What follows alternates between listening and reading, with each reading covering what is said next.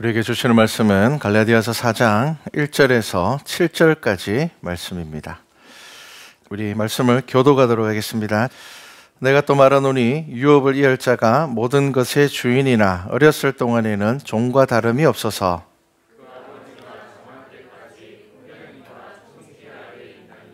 이와 같이 우리도 어렸을 때에 이 세상의 초등학문 아래에 있어서 종 노릇 하였더니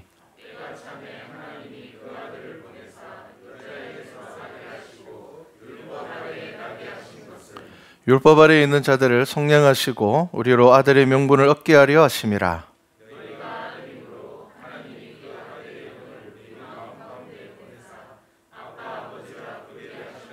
그러므로 내가 이후로는 종이 아니요 아들이니 아들이면 하나님으로 말미암아 유업을 받을 자니라. 아멘. 네, 갈라디아서 말씀은 갈라디아 교회를 향하여서 주신 말씀입니다. 사도 바울을 통하여서 갈라디아 교인들을 향하여서 하나님께서 주셨습니다. 이 갈라디아 지역은 사도 바울이 1차 전도 여행 중에 복음을 받아들였습니다. 그리고 이 갈라디아 교인들은 세례도 받았고요. 그리고 또 성령 체험도 했습니다. 우리가 생각하기에 세례도 받았고 성령 체험도 했으면은 그러면 믿음이 정말 좋겠구나 라고 생각할 수 있지만 사실 그렇지 않았습니다. 온전한 믿음이 아니었습니다. 그들 안에 율법주의가 들어오고 또 시간이 지나면서 그들이 믿음의 자리를 잃어버리고 믿음이 약하여졌습니다. 그런 그들에게 지금 사도 바울은 갈라디아서를 통하여서 무슨 이야기를 하려고 하는가 하면, 특히 우리가 읽은 이 4장의 말씀들을 통하여서 무슨 이야기를 하려고 하는가 하면은, 너희들은 예수 그리스도의 이름으로 하나님의 자녀가 되었으니 하나님의 자녀가 된 것에서 그냥 만족하는 것이 아니라 자녀의 자격을 갖추어야 된다라는 것을 말하고자 합니다. 우리는 그냥 우리가 부모님을 잘 섬기면 되지. 여러분, 잘 섬기는 것이 효도입니다. 맞습니다. 하지만 진짜 효도는 우리가 부모님에게 잘하는 것도 중요하지만 부모님이 우리의 삶을 보면서 기쁨을 얻어야 되는 겁니다. 우리 자녀가 잘 자라고 있구나. 우리 자녀가 믿음의 자리를 잘 지키고 있구나. 우리 자녀가, 나의 자녀가 정말 정직하게 살아가고 있구나. 여러분, 우리가 무엇인가를 하는 것도 중요하지만 나의 삶의 모습이 어떠하냐라는 것도 정말 중요합니다. 성경은 우리를 하나님의 자녀라 그렇게 말씀하고 있습니다. 하나님과 인간의 관계를 섬기고 섬김을 받는 대상이 아니라 성경은 하나님과 우리를 관계 안에서 설명하려고 합니다. 그런데 이 관계가 무엇이냐면은 바로 아버지와 자녀입니다. 여러분, 하나님은 우리의 아버지가 되시고 우리는 그분의 자녀가 되심을 우리의 삶 가운데서 믿음으로 나타낼 수 있어야 합니다. 우리가 정말 친한 어른이 있는 것과 그분이 나의 아버지인 것과는 전혀 다른 것입니다. 아버지와 아들이 된다는 것은 그 안에 다른 관계로서는 설명할 수 없는 수많은 변화들이 있음을 말하고 있습니다. 구약 성경에서 유대인들은 하나님의 자녀라는 것을 생각하지도 못했습니다. 택하신 백성, 선민 사상은 가지고 있었습니다. 우리는 좀 특별해.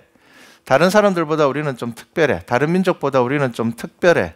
그러다 보니 예수님께서 오셔서 하나님을 향하여서 나의 아버지라고 이야기를 했을 때 유대인들은 그것을 신성모독이라고 이야기를 하면서 예수님을 십자가에 못 박으려고 했습니다. 죽이려고 했습니다. 유대인들에게 있어서 하나님의 자녀가 된다는 것은 생각할 수도 없고 상상할 수도 없는 것이었습니다. 그래서 나의 아버지라 그렇게 이야기를 하는 것 자체가 하나님과 나를 동등하게 생각한다는 의미로 받아들였기 때문에 유대인들은 그것을 이해할 수가 없었습니다. 그런데 예수님께서는 분명히 저와 여러분을 하나님의 자녀라 말씀하셨습니다. 그리고 사도 바울은 오늘 갈라디아서 말씀을 통하여서 우리는 분명히 하나님의 자녀이고 또 3장의 말씀들을 통하여서는 우리가 세례를 받음으로 인하여서 예수 그리스도를 더듬음으로 인하여서 우리 가운데 예수 그리스도의 영이 거함으로 인하여서 우리가 하나님의 자녀다. 그래서 우리는 하나님의 자녀로 살아야 된다는 것을 분명하게 말하고 있습니다. 유대인들에게 있어서는 자녀를 두 가지로 구분할 수가 있습니다. 네, 구분이라는 건 조금 못한데 만 12세 이전의 자녀와 만 12세 이상의 자녀가 다릅니다.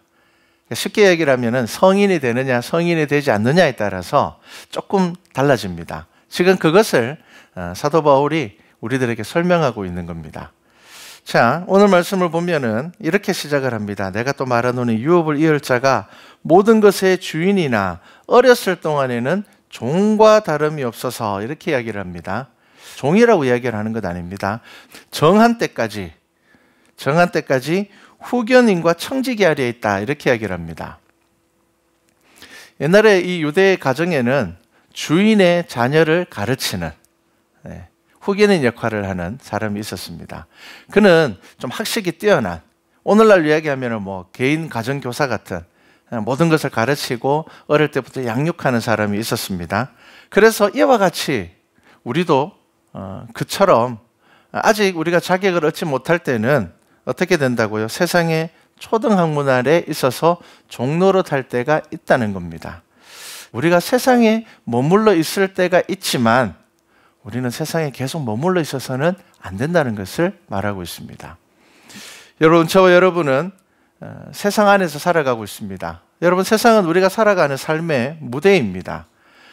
성경은 우리가 세상과 단절되어서 살아라고 이야기하지 않습니다. 여러분, 그것은 하나님의 뜻이 아닙니다. 세상 안에서 살아가되 우리가 어떻게 살아가야 된다고요? 하나님의 자녀로 살아가야 된다는 것을 말하고 있습니다. 우리가 세상의 학문 아래에서 혹은 세상의 즐거움과 세상의 것들 아래에서 우리가 종로를 하는 시기가 있습니다. 아직은 잘 모르고 깨닫지 못할 때가 있습니다. 그런데 그것을 당연하게 생각하고 살면은 안 됩니다. 저와 여러분은 예수 그리스도를 믿는 순간부터 우리는 하나님의 자녀로, 내가 하나님의 자녀로 살아야 됨을 기억해야 됩니다. 우리는 끊임없이 질문을 던져야 됩니다. 하나님은 어떤 분이실까? 하나님은 내 삶 가운데 어떻게 역사하시는 분일까? 나는 어떻게 하면 하나님을 더 깊이 경험할 수가 있을까? 나의 생명은 어디에서 와서 어디로 가고 있는 것일까? 우리가 세상 가운데서 분주하다고 해서 그것을 잊고 살면 안 된다는 겁니다. 종과 비슷한 상황이지만 하지만 나는 자녀임을 잊어서는 안 됩니다. 우리는 예수 그리스도로 인하여서 하나님의 자녀가 된 것을 잊어서는 안 되는 것입니다. 그냥 우리는 배고프면 먹고 자고 싶으면 자고 놀고 싶으면 놀고, 여러분, 그렇게 사는 것이 인간의 삶이 아니라는 것 우리 잘 알고 있습니다. 그런데 잘 알고 있으면서도 우리가 우리의 삶을 한번 들여다보면은 그렇게 살 때가 많습니다. 그냥 아름답게 미워할 때가 있고, 나는 그렇게 사는 거 아니야, 그래도 나는 가치 있게 살아가고 있어 라고 생각하지만 정작 우리의 삶을 객관적으로 들여다보면은 하나님을 묵상하지 않고 깊이 있는 질문이 없으며, 그리고 내가 이 땅을 왜 살아가는지, 예수 그리스도가 내 삶 가운데 어떤 의미가 있는지를 우리가 생각하지 않고 살아갈 때가 많다는 겁니다. 하나님께서는 저와 여러분들에게 하나님의 형상을 주셨습니다. 하나님께서는 저와 여러분들에게 지적인 욕구와 영적인 갈급함을 주셨습니다. 여러분, 그것을 외면하고 살아가면은 우리는 세상 가운데서 그냥 머물러 있게 되는 것입니다. 사도 바울은 분명히 저와 여러분들에게 이야기를 합니다. 세상 안에 살아가지만 그 안에 머물면 안 돼. 그 세상 안에서 하나님의 자녀라는 것을 깨달아서 그 세상 안에서 구별된 삶을 살아야 한다는 것을 분명하게 말하고 있습니다. 때가 참에 우리의 삶 안에 때가 있습니다. 하나님께서 우리를 부르실 때가 있습니다. 하나님께서 우리의 마음 가운데, 우리의 심령 가운데 말씀하실 때가 있습니다. 살아가면서 말씀을 통하여서 우리에게 감동을 주실 때가 있습니다. 그러할 때에 우리는 예수 그리스도를 온전히 우리의 삶의 주인으로, 그리고 그리스도를 우리의 삶의 주인으로 받아들일 수 있어야 됩니다. 여러분, 하나님께서는 저와 여러분들에게 그리스도의 영을 허락하셨습니다. 성령을 허락하셨습니다. 그래서 예수님께서는 부활 승천하시기 전에 우리들에게 분명하게 뭐라고 명령하셨습니까? 성령을 기다리라. 성령을 구하라. 그렇게 말씀하셨습니다. 그리고 예수님의 제자들은 기도 가운데 성령의 임재를 경험하여서 그들은 사도로서의 삶을 시작하게 됩니다. 저와 여러분에게도 하나님께서는 하나님의 영을 허락하여 주셨습니다. 여러분, 그것을 믿으셔야 됩니다. 여러분, 하나님의 영은 여러분들이 예수 그리스도 안에서 믿음의 결단을 할 때에, 내가 예수의 이름으로 살겠노라 여러분들 삶 가운데서 다짐을 할 때에 하나님께서는 여러분들에게 허락하십니다. 그래서 여러분, 우리는 세상 가운데 머물러 있으면 안 되고 우리가 하나님의 자녀임을 깨달아 알아서 그리스도의 영을 우리의 심령 가운데 받아야 됩니다. 성령 하나님의 임재를 구해야 됩니다. 하나님께서 내 삶을 이끌어 가심을 믿고, 그래야지 우리가 비로소 하나님을 아버지라 부를 수가 있게 되는 것입니다. 여러분, 그냥 예배 드린다고 해서, 그냥 예수님 앞에 나왔다고 해서 우리 모두가 구원받지 않습니다. 구원받을 수 없습니다. 누가복음 17장에 보면은 10명의 나병 환자가 나옵니다. 그 10명의 나병 환자가 멀리 서서 예수님께 부르짖어서 구합니다. 우리를 불쌍히 여겨 주십시오. 그래서 예수님께서는 그들의 부르짖음에 응답하셨습니다. 10명 모두가 다 문둥병에서 나음을 입었습니다. 그런데 단 한 사람만이 예수님께 나와서 그 앞에 엎드려 무릎 꿇습니다. 그들이 나병 환자일 때는 예수님을 멀리서밖에 부를 수 없습니다. 왜냐하면 유대인의 결례에 의해서 나병 환자들은 가까이 갈 수 없습니다. 그래서 그들은 부르짖었습니다. 예수님께서는 그들의 그 부르짖음에 응답하여 주셨습니다. 자, 병곤침을 받았습니다. 이제 그들은 어떤 자격을 얻게 되었습니까? 예수님 앞에 나아갈 수 있는 자격을 얻게 되었습니다. 가까이에서 예수님 앞에 나아갈 수 있는 자격을 얻었음에도 불구하고 단 한 사람만이 예수님 앞에 나와서 무릎을 꿇습니다. 예수님께서 그에게 뭐라고 이야기를 하셨습니까? 내 믿음이 너를 구원하였다. 여러분, 병 고치는 것과 구원을 얻는 것은 다릅니다. 멀리서 예수님을 보고 부르짖고 병 고침을 받았다고 해서 여러분 구원받는 것 아닙니다. 예수 그리스도 앞에 나와 무릎 꿇고 그 앞에 자신의 삶을 드릴 때에 비로소 그 삶의 구원이 임하는 것입니다. 여러분, 우리는 예수 그리스도 앞에 나와야 되는 사람들입니다. 여러분, 이 자리에 나와서 예배드리지만 여러분들의 마음은 멀리 있지 않습니까? 여러분들의 마음은 말씀 가운데 하나님의 음성을 듣지 못하고 있지 않습니까? 나의 한 주간의 삶들을 말씀 안에 비추지 못하고 있지 않습니까? 새롭게 시작되는 한 주간 내가 믿음으로 말씀으로 결단하겠노라 다짐 못하고 있지 않습니까? 여러분, 우리는 성경을 통하여서 우리들에게 말씀하신 하나님의 말씀을 우리의 삶 가운데 적용해야 되는 사람입니다. 그래서 기도해야 될 때 기도해야 되며, 찬양할 때에 하나님의 이름을 불러야 되며, 말씀이 우리에게 선포되어질 때 그 앞에 귀를 기울이며 하나님께서 내게 주시는 음성을 들을 수가 있어야 됩니다. 그렇게 예수 그리스도를 내 삶 가운데 모실 때에 우리는 비로소 하나님을 아버지라 부르게 됩니다. 모세가 십계명을 받으러 시내 산으로 오를 때에 이스라엘 백성들은 두려워하여 오르지 않았습니다. 모세는 오르고 백성들은 산 밑에 남았습니다. 이스라엘 백성들은 산 밑에서 산 위에서 일어나고 있는 특별한 이 광경들을 목격했습니다. 하나님의 능력이 임하는 것을 보았습니다. 하지만 그들은 산 밑에서 뭘 합니까? 우상을 만듭니다. 여러분, 멀리서 보게 되면 변질됩니다. 여러분, 가까이 나아가면 변화됩니다. 여러분, 주님 앞에 가까이 나아가고 있습니까? 여러분, 말씀 앞에 가까이 나아가고 있습니까? 멀리서 보는 것으로 만족하고 있습니까? 그렇게 되어서는 안 됩니다. 멀리서 보게 되면 어떻게 됩니까? 송아지를 만들어 놓고 하나님이라고 이야기를 합니다. 내가 원하는 것을 만들어 놓고 하나님이라고 믿습니다. 내가 원하는 삶의 방향들을 정해놓고 이것이 하나님의 뜻이라고 이야기하게 된다는 겁니다. 여러분, 가까이 나아가십시오. 여러분들의 삶이 변화될 것입니다. 여러분, 거듭남은 가까이 나아가는 이들에게 주어지는 것입니다. 여러분, 모세가 하나님 앞에 하나님을 대면하였기 때문에 그가 완벽한 사람이 되었습니까? 그렇지 않습니다. 때로는 그도 실수합니다. 때로는 그도 자기의 감정을 이기지 못하여서 잘못하기도 합니다. 하지만 모세는 그 믿음이 흔들리지 않았습니다. 부족한 부분은 있을 수 있습니다. 하지만 그는 하나님 앞에 끝까지 사용되는 사람이 됩니다. 우리가 하나님을 아버지라 고백할 때에, 진정으로 하나님과의 관계가 회복될 때에 우리는 종교 생활에 머물러 있는 것이 아니라 믿음으로 하나님 앞에 나아가게 되는 것입니다. 하나님은 저와 여러분을 사랑하시는 분입니다. 그렇기 때문에 우리의 허물과 죄를 용서하시기로 작정하신 분입니다. 그 사랑을 알지 못하고 우리가 끝내 죄에서 돌이키지 않는다면 그 사랑은 여전하지만 여전히 우리를 향하고 있지만 우리는 구원받지 못한 사람들이 됩니다. 그러므로 내가 이후로는 종이 아니요 아들이니. 자, 이후로는 무엇 이후로입니까? 우리가 아버지라 부르고 난 이후입니다.